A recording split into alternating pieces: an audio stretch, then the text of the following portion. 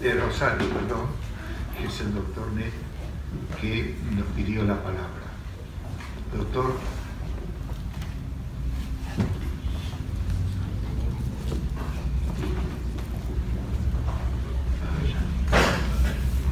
Toma,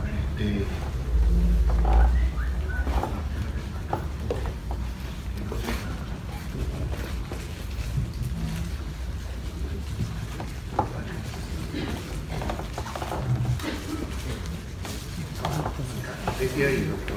Desde acá.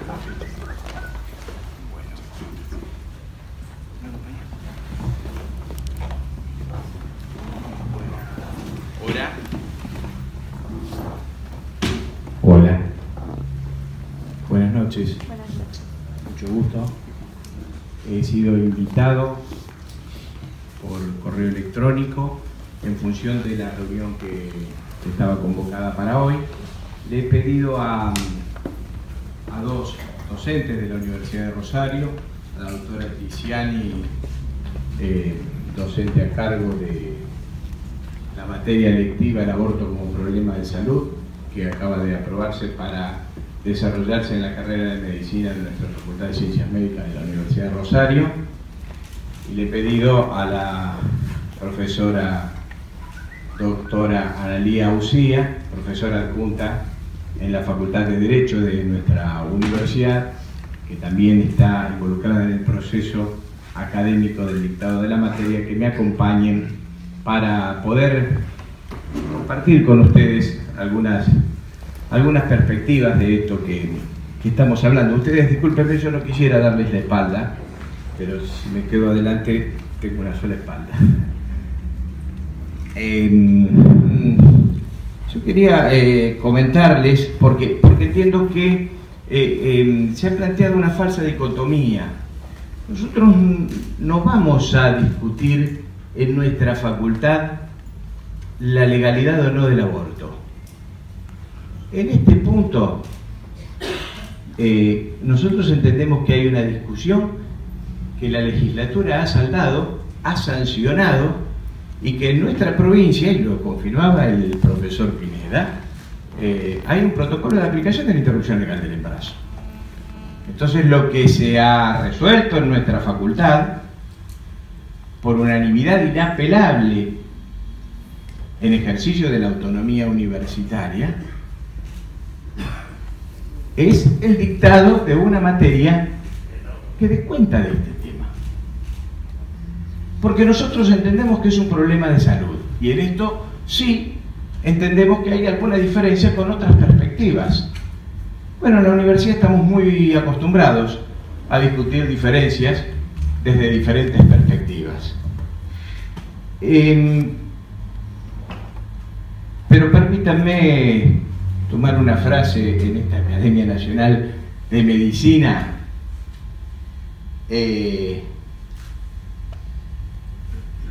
Dura lex sed lex. La ley será dura, pero es ley. Y esto en Santa Fe hay un protocolo de aplicación de la interrupción legal del embarazo.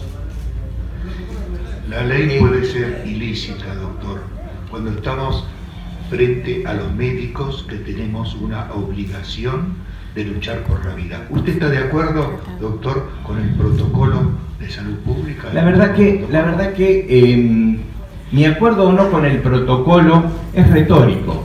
No, doctor, porque usted ha mencionado que justamente está haciendo esto para que los médicos puedan conocer lo que se debe hacer según el protocolo. Exactamente, Eso lo dijo usted, doctor. Sí, los médicos tienen que conocer, por ejemplo, si van a ser objetores de conciencia, en qué consiste esa decisión de objeción de conciencia.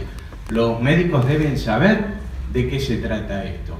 ¿Sí? El protocolo no acepta la objeción de conciencia, doctor.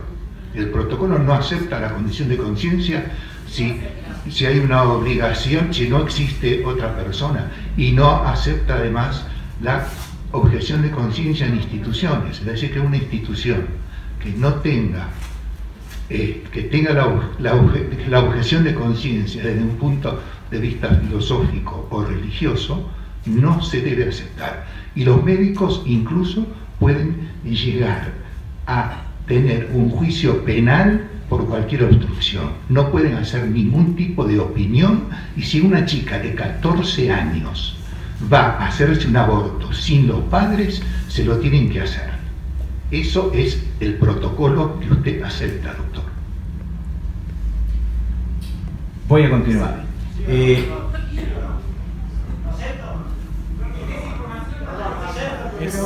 ley el protocolo? Discúlpenme. No, no es ley. Entonces, ¿qué está diciendo? Pero usted es dueño de hacer lo que desee. La verdad que no creo que haya venido a una interpelación.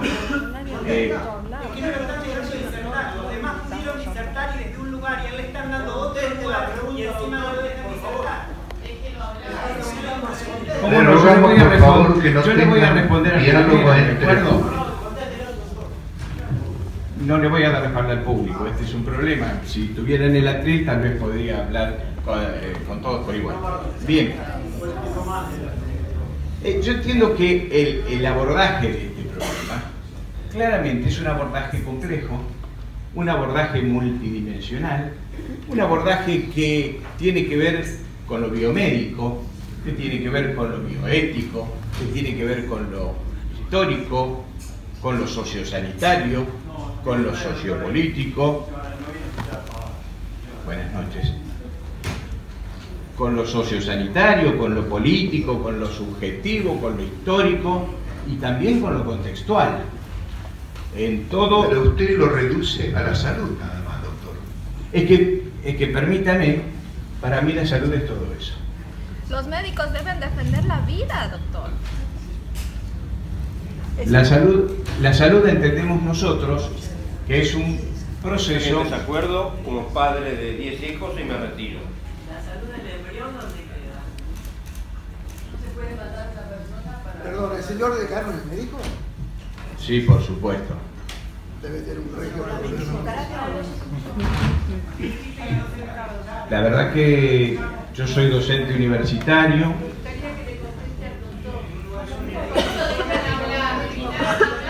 Por supuesto que hice juramento hipocrático.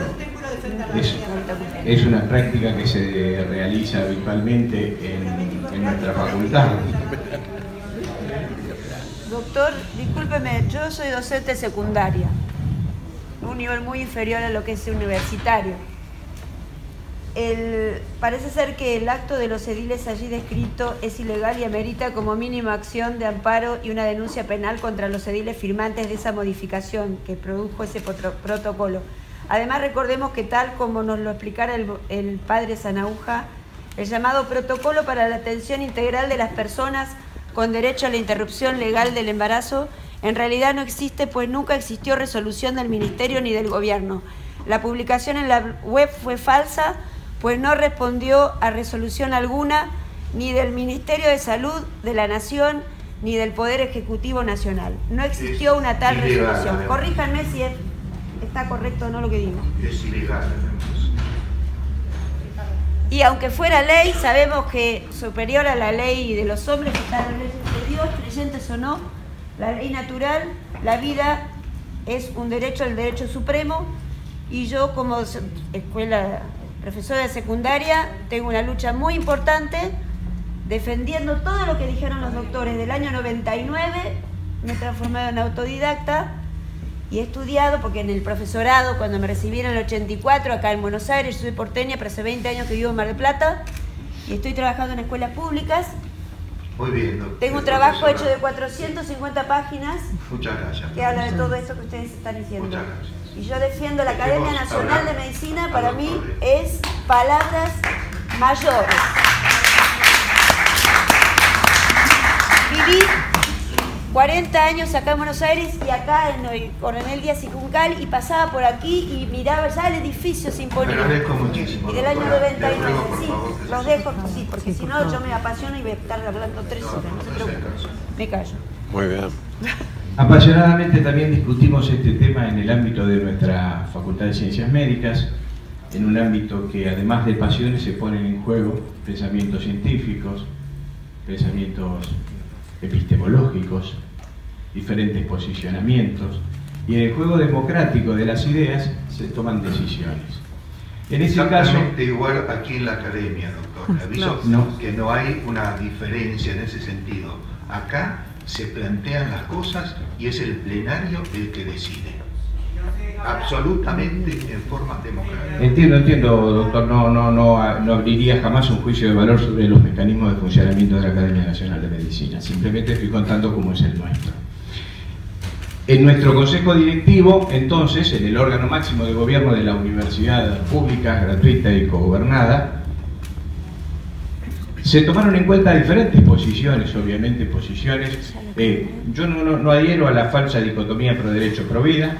Se tomaron diferentes posiciones al respecto y finalmente, en una construcción que llevó un año de debate democrático, y en donde intercambiaron sus diferentes visiones los actores de la comunidad universitaria de nuestra facultad, se decidió crear la materia electiva, digo porque se habla de muchas cosas. Nuestra currícula contempla, permiso, voy a servir un poquito de agua. Nuestra currícula contempla Está bien, gracias.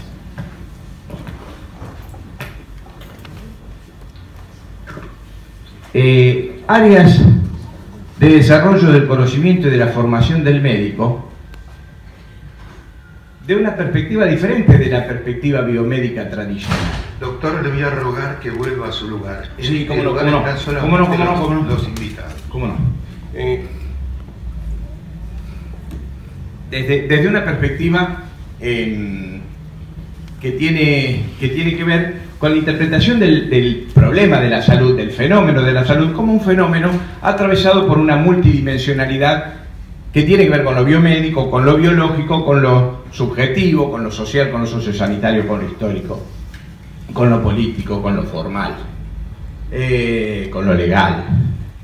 En ese sentido tenemos diferentes asignaturas, áreas del conocimiento. En segundo año hablamos, por ejemplo, como materia curricular acreditada por la Comisión Nacional de Evaluación y Acreditación Universitaria, de sexualidad, género y reproducción, del ser y su medio, del trabajo y tiempo libre. Luego hablamos de injuria, de defensa, de nutrición, de crecimiento y desarrollo, para finalmente abordar la problemática de las materias troncales, como lo son la clínica quirúrgica, la tocoginecología y la pediatría.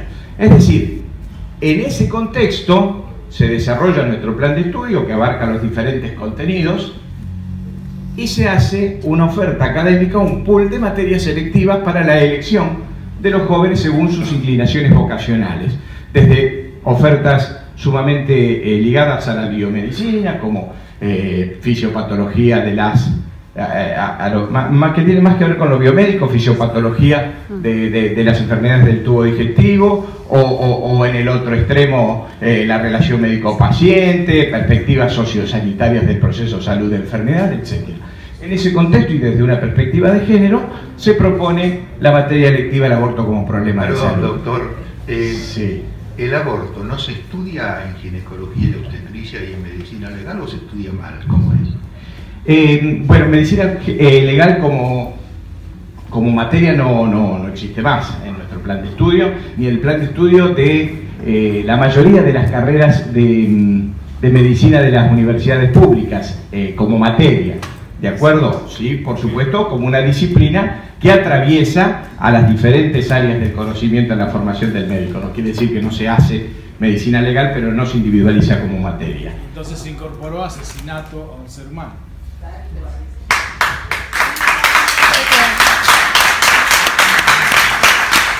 Usted, como directivo, no tiene cara. Me avergüenzo como argentino de tener un director de una facultad como usted. Le rogamos que se siente. Estamos en un ambiente... No puedo escuchar la mentira y la injuria a la vida humana. Pensemos que estamos en un ambiente académico y que debemos escuchar. Me estoy comportando civilizadamente, pido disculpas, pero la emoción es más fuerte que yo. Doctor, quiero hacerle una pregunta. En lo que estuve viendo por internet, el programa acá, el programa de esta materia electiva, hay uno de los módulos en donde les van a enseñar a los futuros médicos cómo se hacen los abortos. Entonces, mi pregunta es, ¿cómo es posible que los médicos, sobre todo médicos que han tenido contacto con la vida humana, como son los obstetras y los ginecólogos, que son los que más entienden de este tema porque lo han vivido, ¿cómo es posible que se les enseña a los médicos a interrumpir la vida humana cuando las evidencias son abrumadoras? Todo obstetra, independientemente de su ideología, de su credo o religión, que ha tenido contacto a lo largo de su residencia con los miles y miles de embriones que han visto, se han dado cuenta sin necesidad de que nadie les dijera que eso es una vida humana, porque los embriones que yo vi de 10 semanas se le pueden contar los dedos de la mano y los dedos de los pies, se ve una cabecita con 2 puntos negros que son los ojos, el esbozo de la nariz. Entonces, eso es una vida humana. ¿Cómo es posible que los médicos, que además han jurado defenderla, cómo es posible que la interrumpan? ¿Dónde está? ¿Hasta dónde llega la ideología? ¿Por qué una cátedra para enseñar a hacer abortos? ¿Qué sentido tiene? ¿Por qué es? Me encantaría que me pueda responder esa pregunta. Lo que pasa es que es imposible de responder a una aseveración que no es real. ¿Cuál de todas? Claro. ¿Cuál de todas? ¿Cuál de todas no es real? Sí. No. O sea que usted no existe. Usted no lo de ley. No. Les ruego, por favor, que no... ¿Cuál de todas? Que no hablen sin permiso, les ruego por favor. Estamos en la Academia Nacional de Medicina y la Academia Nacional de Ciencias Morales. Estamos escuchando al doctor. En nuestra materia electiva se habla del aborto como problema de salud. No es una cátedra para enseñar a abortar o a matar, me parece que es una perspectiva intencionada la presentación doctor, de la doctor, materia. ha declarado que esto se hace para que conozcan bien el protocolo de abortos. Eso lo el protocolo de interrupción legal del embarazo. Sí, de aborto, doctor. No digamos eufemismo, doctor. Eso usted lo dijo, que está hecho para que los estudiantes ya sepan el protocolo que existe. Para que conozcan la ley, por supuesto. No es una ley. ¿Qué ley? Para que conozcan el protocolo de aplicación de este tema. Bueno, pero... Permiso. Perdón, acá hay un doctor que quiere preguntarle algo. Pero después me van a dejar responder o van a seguir hablando sobre ustedes mismos. No la mano. No sé, yo no lo dispongo, no sé si puedo.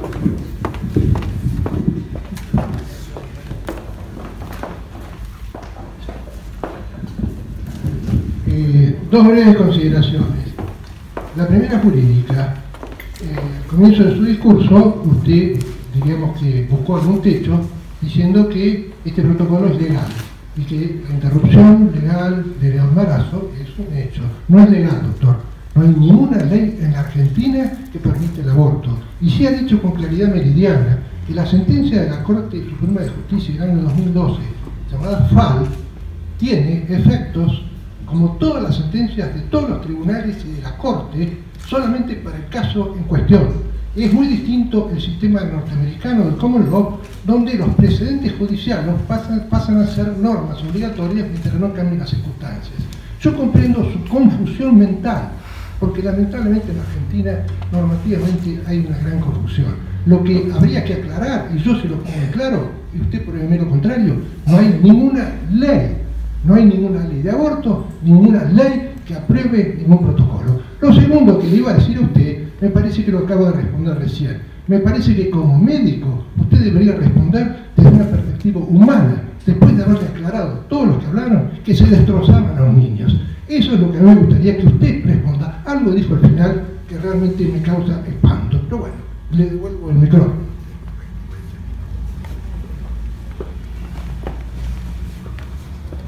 Bien, yo les voy a agradecer que sus opiniones personales acerca de mí las reserven, al menos no las manifiesten en pública.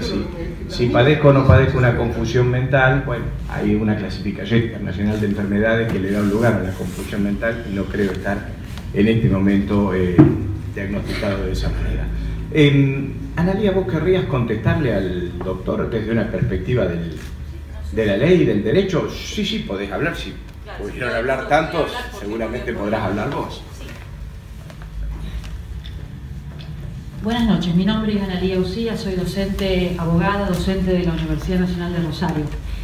Sí, claro que hay una ley nacional, pero también hay jurisprudencia y convenciones internacionales. El Código Penal establece desde el año 1991 que el aborto es un delito y que tiene 3 excepciones por la cual el aborto no es punible, es decir, no tiene pena al profesional que la practique. ¿Cuáles son esas 3 causales, esas 3 circunstancias por las cuales, practicado el aborto con el consentimiento de la mujer y practicado por un médico o una médica diplomada, no es punible, es decir, es legal?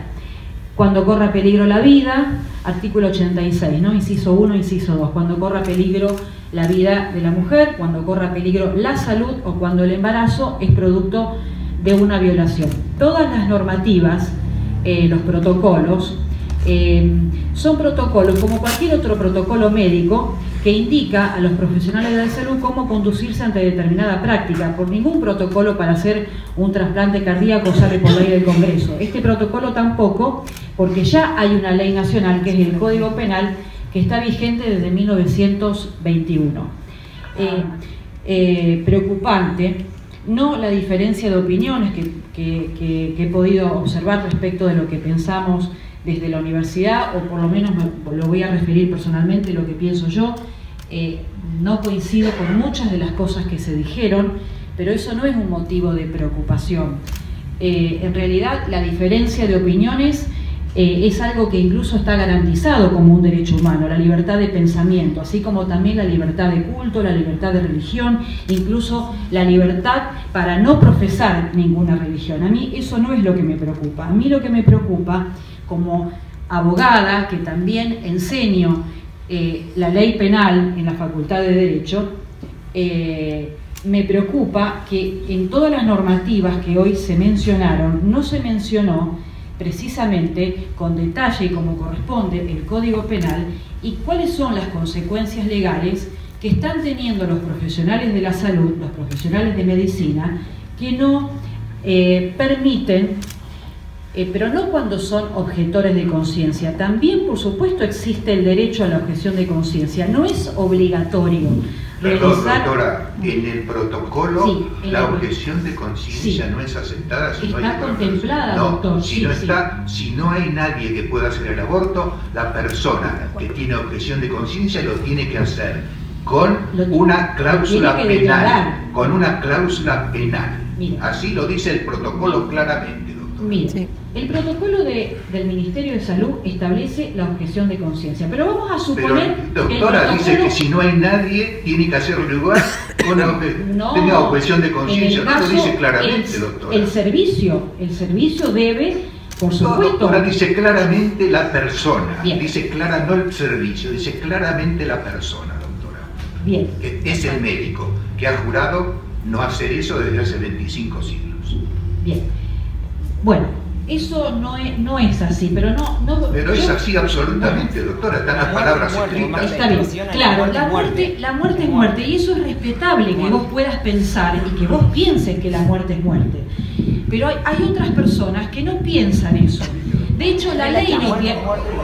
Bueno, vamos, Sí, no. Le ruego, por favor, que no hable. Le ruego que no hable. A ver. Quiero hacer una disquisición jurídica, pero que tiene que ver con los pensamientos que escuchamos hoy. Muchas personas dijeron que hay una persona desde el momento de la concepción. Eso es respetable. Cualquiera puede pensar y creer que existe una persona desde el momento... Eso lo dice la biología, doctora, que en el momento de la fecundación es un ser humano, es un ser vivo. Eso lo dice la biología, no lo dice la religión, doctora. La biología lo dice. Doctora, sí.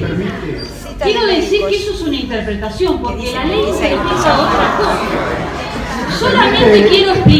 Solamente quisiera quisiera terminar la idea, si me permiten, porque si, por favor, le pido que me permita terminar la idea, solamente terminar esta idea.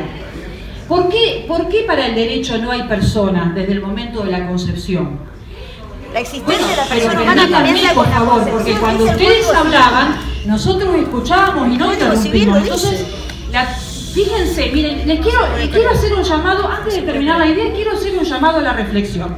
Ustedes están diciendo que respeten el derecho a la vida. Y yo me pregunto, ¿hasta qué punto pueden respetar el derecho a la vida si no pueden respetar algo básico que es el derecho a la libertad de pensamiento? A alguien que está hablando.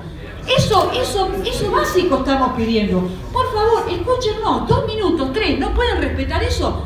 ¿Podemos creer que pueden respetar el derecho a la vida? Sí, no puede hablar, sí.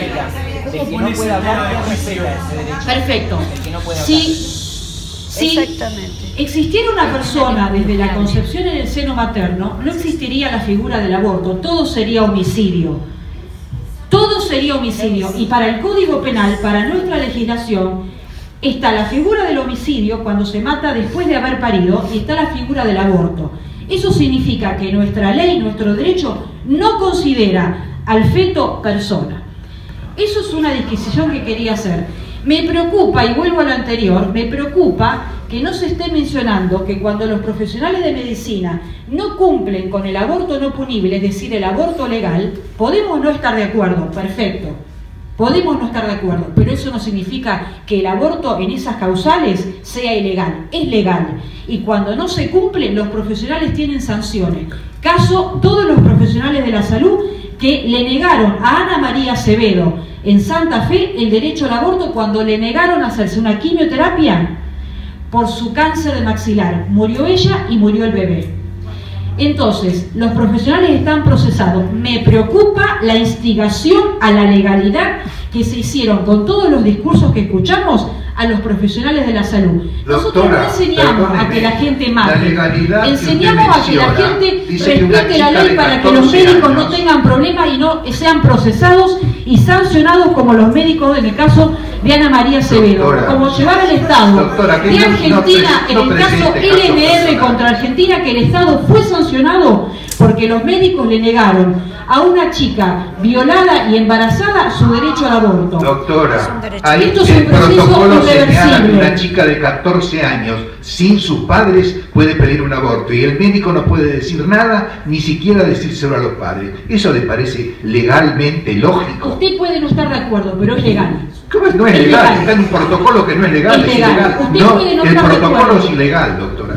No es legal. No instigue al delito a los profesionales de medicina. No instigue al delito. No instigue a que cometan incumplimiento de los deberes de funcionarios públicos. Van a terminar procesados como los médicos del caso Ana María Acevedo. Respeten al profesor. ¿Quién respeta esa ley? Doctora, yo la escuché bien 3 palabras solamente. Usted dice que es legal. No lo digo yo. No, bueno, está déjeme sancionado hablar. por el... Yo le dejé hablar.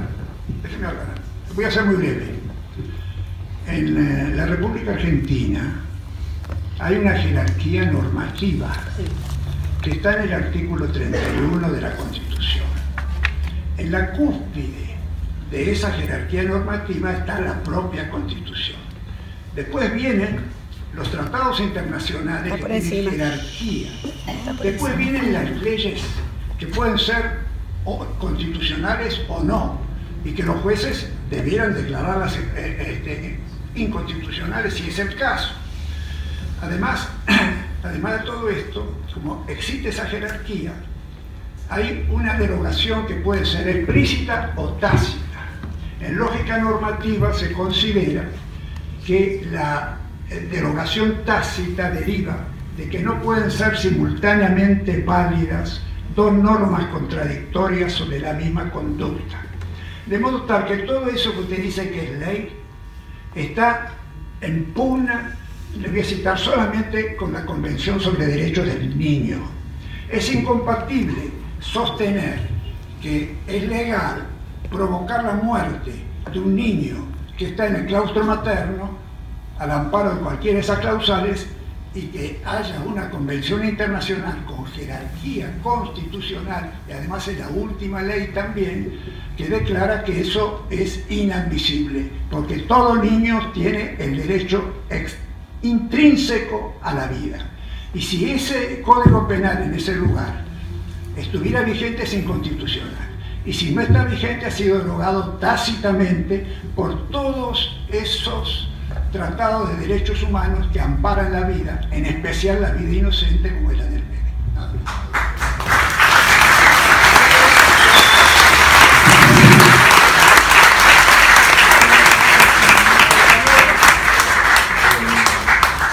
¿Me permite que dialogue con usted? ¿No? El público no quiere, pero ¿usted quiere? Por favor. ¿Cómo no? Doctores.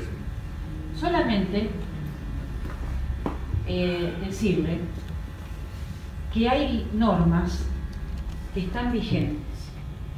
El Código Penal, la Convención para la Eliminación de todas las formas de discriminación contra la mujer, que tiene por los comités, el Comité de CEDAW Jurisprudencia, que incluso este comité le indica y le recomienda y le observa al Estado de Argentina que debe ampliar las causales de aborto. O sea, no podemos desconocer toda la otra jurisprudencia internacional que existe. Vuelvo a decir, podemos estar o no de acuerdo porque a su vez tenemos otro derecho fundamental que es la libertad de pensamiento. Pero lo que usted no puede hacer, lo que nadie puede hacer, es negarle a los profesionales de la medicina el conocimiento de que si no cumplen con esas normas con las cuales no están de acuerdo, pueden tener problemas, como de hecho lo tienen los profesionales que no cumplen con las normas. No estamos de acuerdo con una norma, tenemos que declararla, tenemos que derogarla, tenemos que ir por los caminos que corresponden para derogar una ley que consideramos injusta, pero no podemos obviar en la formación profesional esa herramienta porque estamos colocando en una situación de ilegalidad la práctica profesional. Doctora, si me permite, lo que estoy diciendo es que precisamente porque han perdido vigencia, aunque la sigan aplicando, como consecuencia de esta normativa de jerarquía superior que es incompatible con todas esas normas. El Código Penal es de 1921 y la reforma constitucional de 1994. Yo lo que le estoy diciendo es que es inválido. Todo eso es inválido constitucionalmente. En algún momento algún juez lo declarará. Claro, usted dice que no está de acuerdo porque es válido porque está vigente, los jueces la aplican. Los jueces la aplican, doctor. Usted no puede dar una información errónea a los profesionales de la salud. Tengo que decir lo que dicen las normas constitucionales con jerarquía. Usted está queriendo decir al público que el Código Penal en el artículo 86 está derogado. ¿Usted le está queriendo así? Bien. No, el artículo 86 no está derogado. Si alguien le niega el derecho a la mujer cuando ocurren alguna de las tres causales, está incurriendo en un delito. Esa norma también es inconstitucional, doctora. Hay que declararla inconstitucional. Mientras no esté declarada inconstitucional, está vigente y hay que cumplirla. ¿Cómo contestar los argumentos de derecho penal? Dos cosas. El doctor explicó la cuestión de la jerarquía de las leyes, ¿no? Entonces, en la cúspide está la Constitución Nacional. Y la novedad a partir del año 94, por el artículo 75 y 122, que se incorporaron una serie de tratados y se le dio jerarquía constitucional. Se aclaró la Constitución, que además la tenían en las condiciones de su vigencia, o sea, del modo en que fueron incorporados al derecho interno. La Convención de los Derechos del Niño es uno de esos tratados que tiene jerarquía constitucional. Cuando se incorpora, le digo la ley, porque no es que... Sí, lo nombramos. Sí, sí. La ley 23.849, ¿no? El inciso segundo dice lo siguiente. En relación al artículo primero de la Convención sobre los Derechos del Niño, que tiene jerarquía constitucional, la República Argentina declara que el mismo debe interpretarse en el sentido que se entiende por niño todo ser humano desde el momento de la concepción y hasta los 18 años de edad. O sea, no solamente la Constitución, esto es Constitución Argentina, dice que es persona, sino que además es niño. Y además, y todas las leyes que se sigan de esto, como lo dice la propia convención, y la ley que lo reglamenta, no esta que lo incorpora, sino que la reglamenta, la ley de tutela, dice que hay que estar siempre a aquello que favorezca al niño, o sea, ¿cómo es la frase que dice? El interés superior del niño. Eso en cuanto a nuestro marco constitucional. En cuanto a la cuestión de derecho penal, hay algo usted que ha afirmado que yo considero que es incorrecto. Usted dice que, independientemente de si esto está derogado tácitamente con la sanción de esta incorporación de esta normativa constitucional, usted dice que, como no está penado esos supuestos de aborto, entonces es un derecho y está legalizado, y eso no es así. La enorme mayoría de las ilicitudes e ilegalidades no son delito. Gracias a Dios, si no estaríamos... El Código Penal tendría 10.000 artículos, 100.000 artículos. Está lleno de ilicitudes administrativas, civiles, que no son delitos. Y además, hay faltas evidentemente inmorales que tampoco son delitos. Y hay excusas absolutorias, porque de eso se trata en materia penal. Estas excepciones a la pena del aborto de excusas absolutorias, hay otras excusas absolutorias. Por ejemplo, tampoco es delito incumplir con prácticamente ningún contrato, no es delito, no se puede sostener que es algo lícito por el hecho de que no tenga pena. Ustedes pueden incumplir todos los contratos, que mientras no haya fraude no es delito. Sin embargo, pueden ir a un juez a tratar de que ese contrato se cumpla, pero no es delito, no va a tener pena. Por eso no es lo mismo no punible con lícito, con un derecho. Por ejemplo, si yo agarro a mi padre, voy hasta su casa y le robo el auto, me llevo el auto, lo uso, lo dejo sin el auto 10 días, o me meto en su cuarto y le saco todos los ahorros de su vida, eso no es delito, no es delito. Y sin embargo, no se puede decir que sea lícito. Es más, mi padre podría conseguir de un juez la orden para que yo se lo restituya. No me va a poder meter preso, no me va a poder indagar, pero sin embargo, eso no es delito. Por eso, cuando se dice que, porque estas excusas absolutorias convierten esos abortos en delito, es algo incorrecto, no es así. O sea, el hecho que no tengan pena no quiere decir que sean lícitos, y mucho menos un derecho. No puede haber nunca en nuestra legislación, por todo ese esquema constitucional, el derecho a matar, en ningún sentido, no existe, no hay. Así que todo reglamento, todo aquello que se pretende ubicar por debajo de la Constitución y que afirme lo contrario, no serían las primeras leyes injustas, leyes corrupción con forma de ley, dice Santo Tomás. Y vuelvo a la norma constitucional. Quienes debieran procurar, cosa bastante difícil, derogar la Convención de los Derechos del Niño, son quienes pretenden legalizar el aborto. Y ahí le devuelvo al decano, intervino primero, su primera afirmación. Ahí tiene en su máxima jerarquía la afirmación suya. Dura lex sed lex. La Constitución dice que un chico no se lo puede matar.